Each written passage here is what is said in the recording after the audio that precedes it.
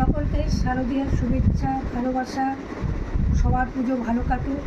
আজকে একটা কথা মনে পড়ছে, সবাই বলে নিজেকে ভালো রাখুন, নিজে ভালো থাকুন, কিন্তু আমার মতে বলে নিজেকে ভালো রাখা কখন যায়, যখন নিজের আত্মীয় পরিজন প্রিয়জন আপনজনেরা মনের মানুষগুলো খুব ভালো থাকে, খুব শান্তিতে থাকে, তখনই নিজেকে ভালো রাখা যায়, নচেত কিন্তু নয়। আমার মনে হয় যে আমার যদি প্রিয়জনরা ভালো না থাকে, আমার যদি আপনজনেরা ভালো না থাকে, তাহলে আমি কেমন করে ভালো থাকবো? আমি তো তখন ভালো থাকতে পারবো না। আর আমার প্রিয়জনরা, আমার আপনজনরা, আমার আত্মীয়রা, আমার মনের মানুষগুলো তখন যদি সবাই ভালো থাকে, তখন নিজেই মনে হয় যেন আমি ভালো আছি।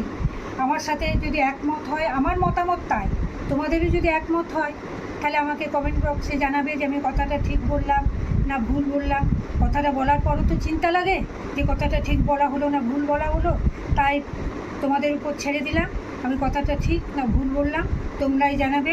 আবার সকলকে শারদীয় শুভেচ্ছা, শারদীয় ভালোবাসা, শারদীয় অভিনন্দন, সবার শুভকামনা। সবার পুজো যেন খুব খুব খুব ভালো কাটে, তার সাথে যেন আমাদেরও পরিবারের পুজো খুব ভালো কাটে, এই শুভকামনা রইল।